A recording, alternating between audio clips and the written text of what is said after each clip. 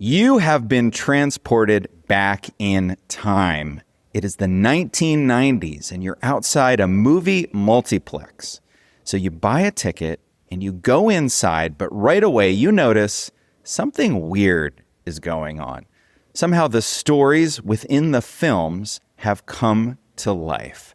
And now you can step inside each one of those movies. No, I am not pitching you a reboot of The Last Action Hero. This is a real place that you can actually visit in Kansas City. It's an immersive experience called Atlas9, and it was created by Dimensional Innovations. So today I'm talking with Dimensional Innovations CEO Tucker Trotter and Spencer Farley, Practice Director, Entertainment and Hospitality.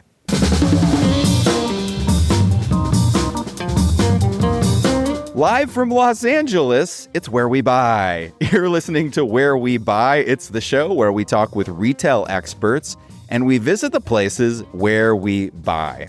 Now, my name is James Cook. I research retail and real estate for JLL. And today we are lucky enough to be recording live from the Entertainment Experience Evolution Conference in Universal City, California.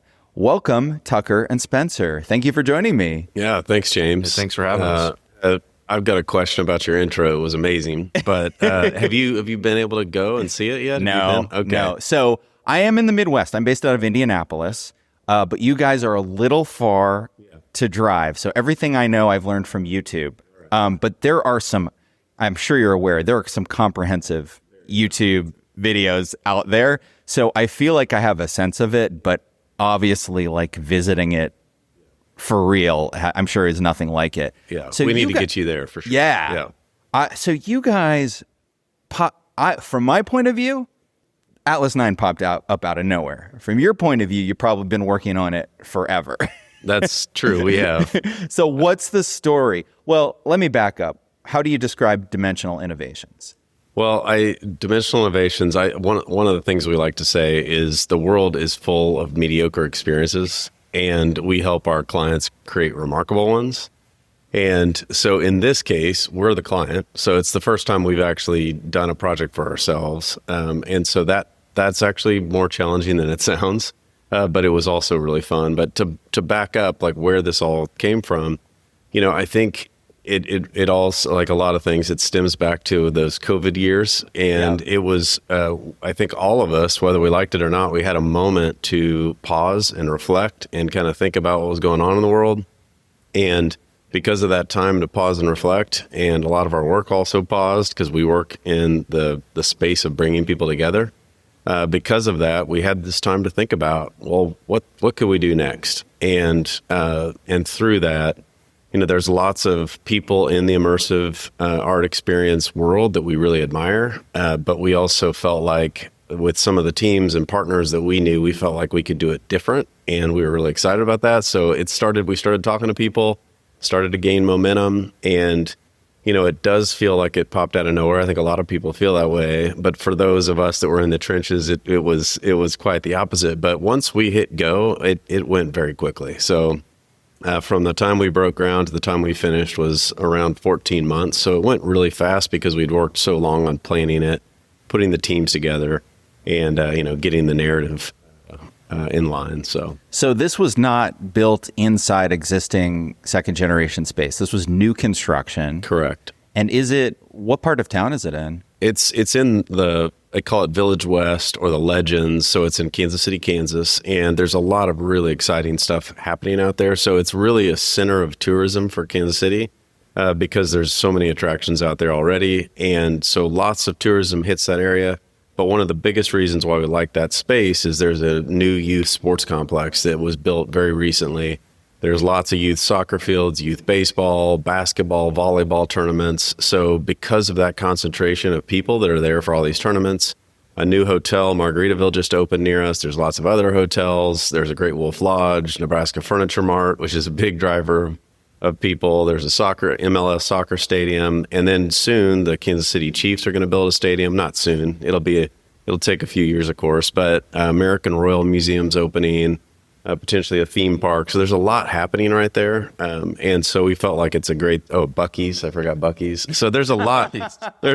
Wow. Yeah, exactly. That is, I mean, though, honestly, between Nebraska Furniture Mart and Buc-ee's, you got some of the biggest size experience retail around, huh? Yep. Yeah. So we're excited to be in that area. And yeah, I think there's a lot of research that supports that, people will drive hours to come to these. And so, and it's in a great spot to drive into Kansas City and really drive tourism from a lot of the neighboring communities and cities. I want to dig a little bit more into Atlas9. Tell me more about this story. So you said it was during COVID.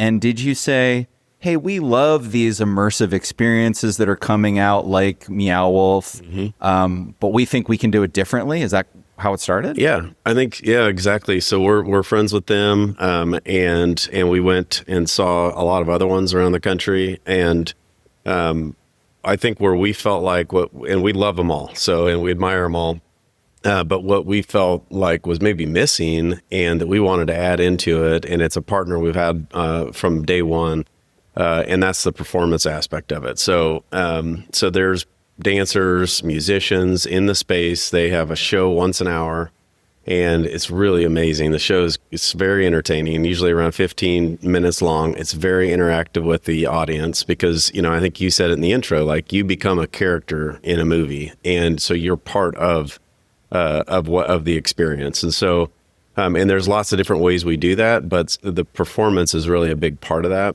And one of the, I think, cool things that's happened from this is that the hour between those performances, the performers interact with the customers and walk around the experience, and they are in some ways kind of like celebrities. And so people stop them for photo ops and they interact with the crowd.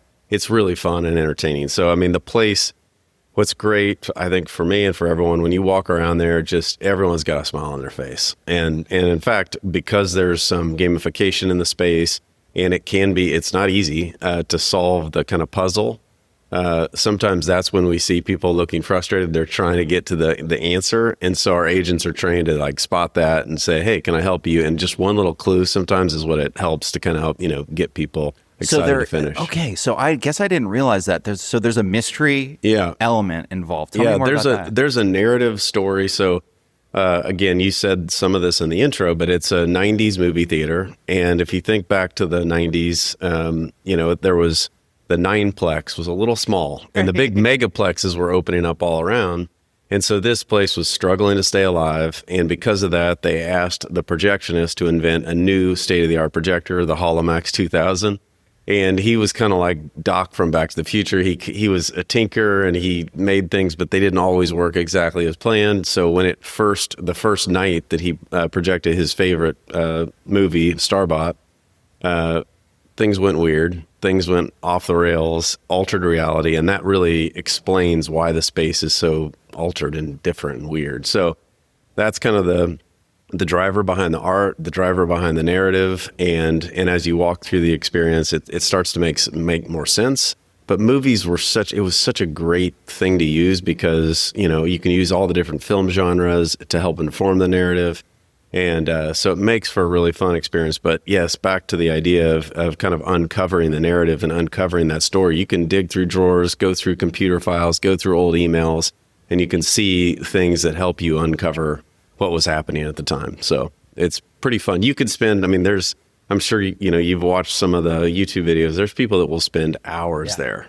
And sometimes they leave without finishing because they get so excited by watching the performers and just enjoying, seeing the art that they don't really spend the time to uncover, but that's why they come back. And so we've been excited to be, to see the repeat visitors. And so again, was part of the reason for the less than easy narrative to solve. So there are 6 theaters, quote unquote theaters, right? Is each one a potential live performance, or are there certain movies, quote unquote movies, that have the live performers in it? How does that work? Yeah, so there's 9, so it's Atlas9, so there's 9 auditoriums. 9, right.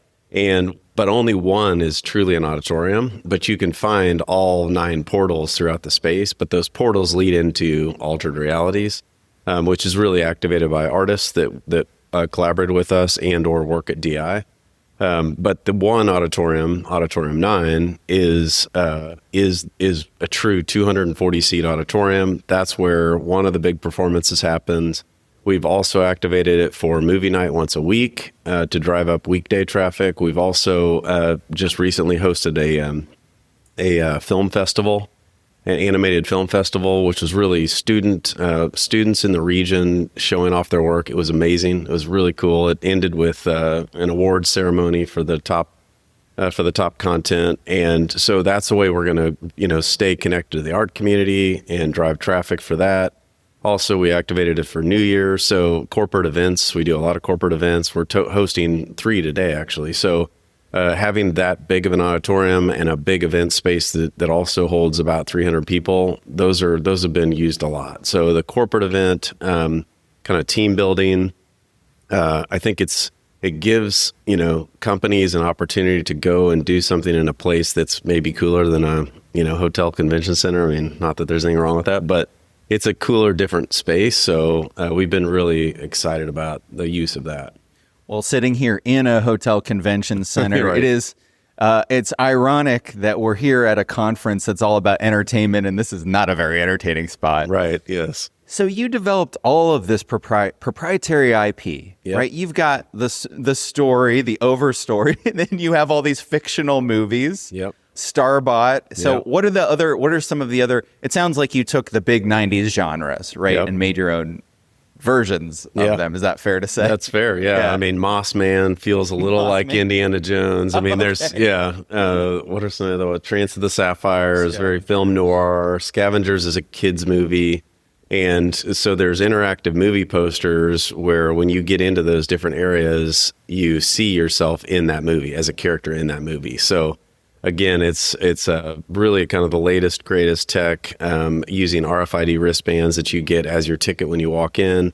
And so that helps you really, as you walk through the space, there's 70 different areas where you can boop into those RFID readers and see how you're doing and your progress of exploring the space and uncovering the narrative. So it's a really cool way to, I've seen like kids comparing theirs with their parents. It's like, oh, well, I'm a lot further along. I'm closer to being a full agent. You're just a cadet or a recruit, I think is recruit. So that part of it's been really fun. And it's a nice a tie into retail too. You're seeing yourself in these movie posters live in the space, and then you walk out and you can buy your movie poster in the retail store before you leave, which was a really cool kind of full circle moment to put yourself into that. Yeah, and that drives traffic into the merch, and so themed merch has been a big thing too. And there's even the characters in the kids movie. We have plushies for them, So it's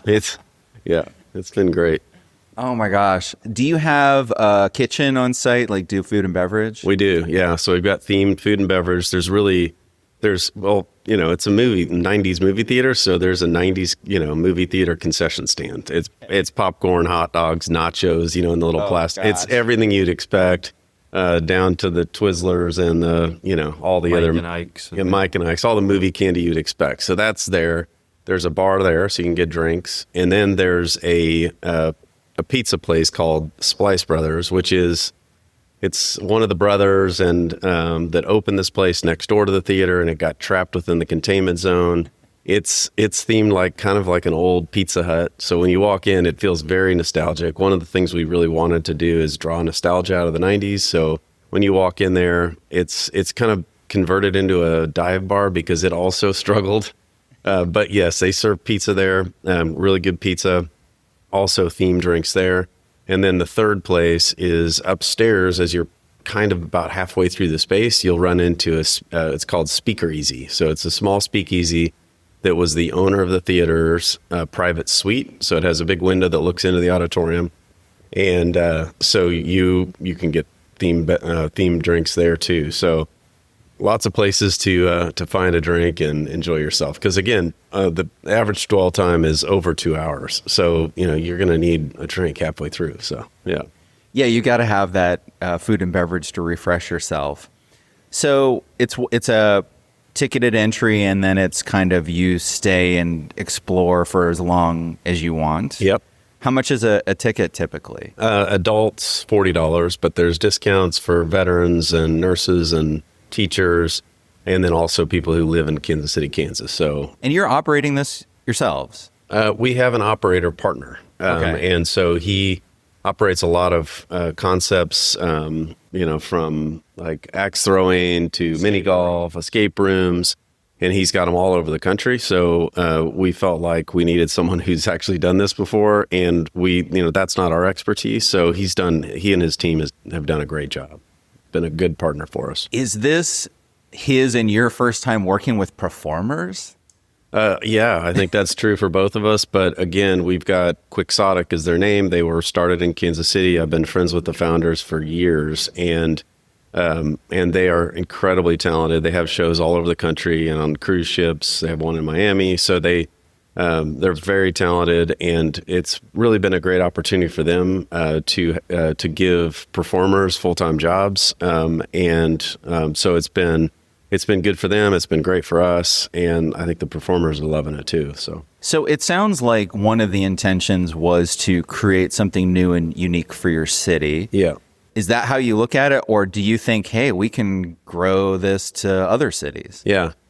That's a great question. I think, to start with, yes, we wanted to do something like this for our city. We felt like Kansas City has a thriving design, architecture, art community. And we felt like they would really embrace this, and that's true. So, but all along the plan was to use this as a prototype to think about doing them in other locations, and so that research has started, and that's going to be a fun next step of this.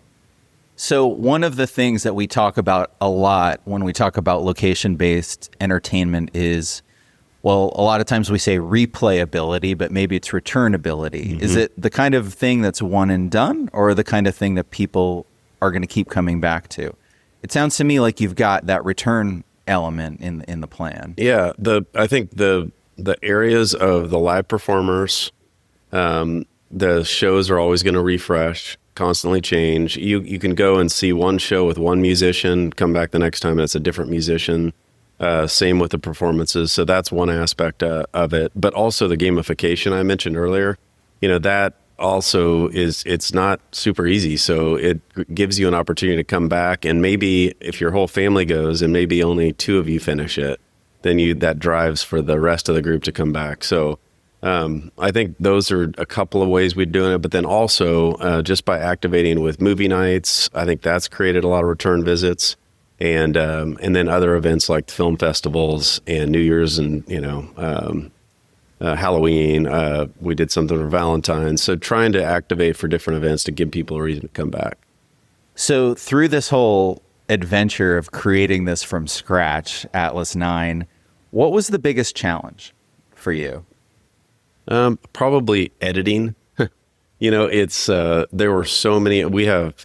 Our team at Dimensional Innovations is so incredibly talented, and they have the best ideas. But at some point, someone has to, and when you don't have a client, in this case, we were the client, someone has to say, okay, that's cool, but we can't do it all. And so if anything, that was probably one of the biggest challenges, because you fall in love with an idea, but at the end of the day, there's a budget. Everyone's got a budget, and we did too. So, that was probably the hardest part, is saying no to ideas that were just amazing and we knew they would hit, but you can't do them all. So, but we did, there's quite a few rooms that are undeveloped. And that gives us another opportunity to bring people back, release a new exhibit and have people come back to see a new exhibit. So that's part of our budget, part of our plan going forward. Is, once a year, open up a new space, give people a reason to come back and see something really new and exciting. For the fictional movies within your world, did you guys shoot movie footage that gets played in places? Yeah, well, it's more like the making of movies. And so, some of the trailers you see when you walk through the auditorium it's those trailers that are playing. It's the kids' movie animated stuff. It's other, So, there's some of that has been shot, but that's actually one of the exciting things, again, to bring people back is this ability to constantly add new content based on the different film genres and on the formats we've already come up with, the different movies. So another opportunity. So before Atlas9, Dimensional Innovations had a long storied past. What are some of the big projects that you guys have worked on outside of Atlas9? Well, I mean, one of the biggest ones and most exciting ones we're working on right now is the Theodore Roosevelt Presidential Library that opens July 4th for America's 250. So that is a very exciting, fun project. And I'll let Spencer talk about some of the other stuff we're doing. Yeah, we've had the pleasure of working with some of the biggest IPs and powerhouses and superheroes in the world. So a very fun testament to be able to do that, to leverage our capabilities and know-how and just talent that we have at Dimensional Innovations to do that type of work and see lessons learned and what that looks like, taking it to Atlas9 and things like that. But at this conference here, we've worked with Merlin Entertainments for Legoland Ferrari attractions throughout the U.S., a couple international. Some of the biggest sports stadiums in the world being here in Los Angeles, worked with SoFi Stadium and Intuit Dome, Andretti Karting, helping them do a rollout across the country and over a handful of locations. But a lot of fun history across a lot of different worlds, and that's what makes our company so unique, and the talent that brings Atlas9 and other places to life as well. Yeah, and I should say, we got our start over 30 years ago because of movie theaters. So this idea of doing a movie theme was pretty easy for us because it's in our DNA. It's how we started. AMC Theaters is based in Kansas City. So we were actually building the megaplexes, building all the theming, signage, decor inside of those in the 90s that were hurting the Atlas9s of the world. So it felt only so appropriate for us to do this theme, and we had a lot of even old drawings that helped us recreate some mini boards and things like that. So it's really, so the cinema industry has been great for us over the years, and we still do work with a lot of them today, and really enjoy that market too. So, do you think that a theater chain would ever want to partner to do an Atlas9? I guess they're pretty different. They are, but I think there was a great speaker yesterday that talked about that the right sizing of cinema, because of the content that's coming out, is probably like an 8-plex or 8 to 12-plex, and so it's kind of history repeating itself and going in reverse, and I think because of that, there's so many buildings out there that are kind of oversized. And so I do think that there could be an opportunity to use some of that space and do something really cool and experiential. So like I said, Atlas9 has only been on my radar for a minute, but already you guys have been getting accolades. Blue Loop, which is an attractions industry website and publication, has taken notice of you. Yeah. You got some write-ups or... Yeah, we just received the report yesterday, top immersive experiences in the world, and we were ranked number 11, so we were excited about that. Wow. And we were ranked over some really good ones that we know are top-notch. So that was flattering for sure. And then we also got number 2 new attraction with USA Today about a month ago. So 2 really exciting things. I think... Like James, I encourage you got to come see it, because it's one of those things where, seeing it is way different than watching a YouTube video. And really being able to interact with the performers, interact with the staff and performers have put their heart and soul into this, and you feel it when you're in the space. And so you can build a great experience. It can be, absolutely phenomenal, but if the people inside don't make you feel great when you're there, I think it misses the mark. And so I think the best feedback we get, and the thing that I get the most excited about, is when people remark about how great the staff is, the team, the agents, and the performers. So you're starting to get some industry buzz. Those are awesome accolades, by the way, from Blue Loop. Thank you. How do you advertise something like this? Is it social media? Is it traditional media? Yeah, I mean it's paid social, earned media, social, word of mouth. What's really cool is when we monitor our ticket sales, it's like concentric circles around zip codes. So what that tells us is this is really a word of mouth thing. If people, we want this to, it's, what we're fighting is boredom and isolation. And so if you're a mom or a dad and you're trying to do something fun with your family, your kids, and you want to pick a cool thing to do, we want you to pick Atlas9. We want you to come there. And then we want it to create FOMO for all the people who haven't been there. And it really does that. And I think that's why we see neighborhoods really expand in ticket sales. So it's about getting the word out. We've had lots of amazing local coverage on our news stations because it's new and unique and people are interested in telling stories about it. So we're excited about that. But yeah, it's a new game for us. So it's definitely advertising and marketing and paid social and all. How long has it been open? We opened in October, so not very long. So, you always have these great plans and then you open and you always realize, oh, we need to change this. Any surprises that you've had to deal with since you opened? Yeah, I would say maybe the biggest surprise, it was the demand that we had for corporate events. So we had an unfinished large space that we always planned on finishing out to make, to rent out for like 300 person, dinners and events, parties. And we thought we could wait like a year to finish it out. And we ended up having to finish it like the first month. So great problem to have. Yeah. Very exciting that we had to do that. But, we just weren't quite sure that demand would be there. And it certainly is. So I think we're probably the most excited about the corporate stuff and the parties that are happening there. Other lessons learned, I would just say, we're continuing to tinker with hours when we're open. The first hour we open is always the busiest, so it makes you wonder, should we move that up and close a little earlier? So we're at the point that we're tweaking things. I think that the biggest concentration right now, back to advertising, is to focus on weekday traffic, because what is happening is it's bonkers busy on the weekends.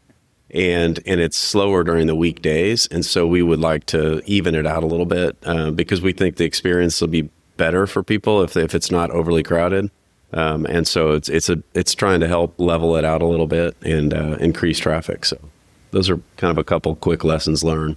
When you go back to social media marketing for a second, when you were designing it, were you thinking, I know it's not like a selfie museum, but were you thinking, oh, this is going to look great on somebody's selfie, this is going to look great on TikTok? Or did you think about that at all? I think I wouldn't take credit for that. I think Randall Statler, our executive creative director, Brandon Wood, and then all the rest of the creative team that worked on this, they saw that. And then the artists that we brought in to help us activate the spaces, they saw it. And it's, you've seen it. It's beautiful on camera. And so, and you feel it when you're in the space. And so we had amazing artists, designers, a credible team at DI that really helped us achieve that.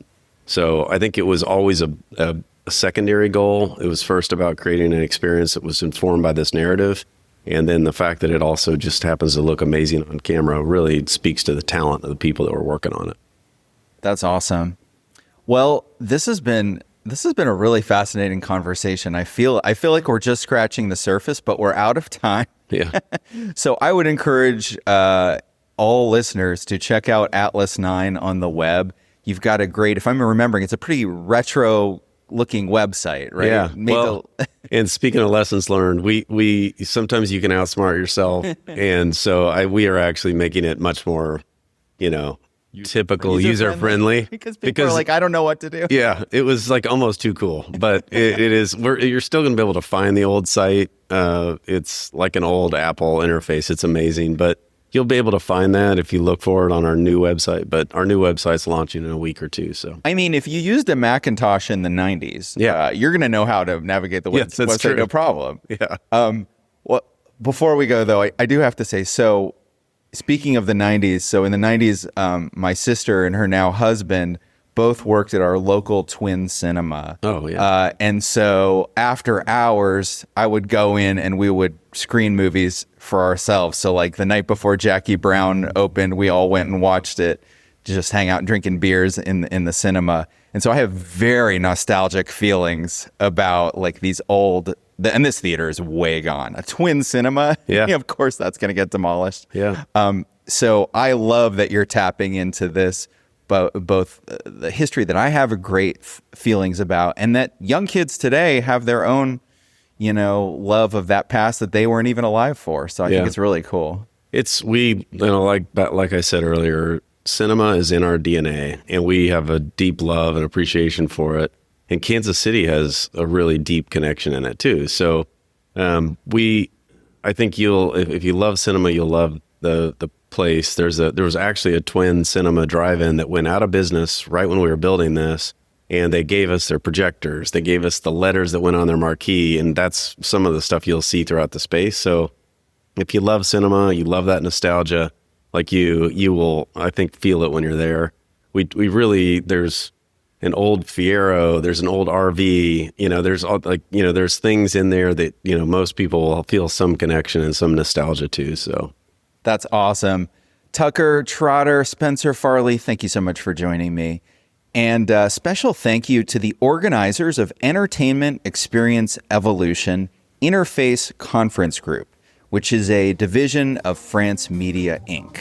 Now, to hear more interviews, audio retail tours, and new research insights, you can subscribe to Where We Buy on the iPhone podcast app or Spotify. Wherever you listen to podcasts, you can find Where We Buy, and we're on the web at wherewebuy.show.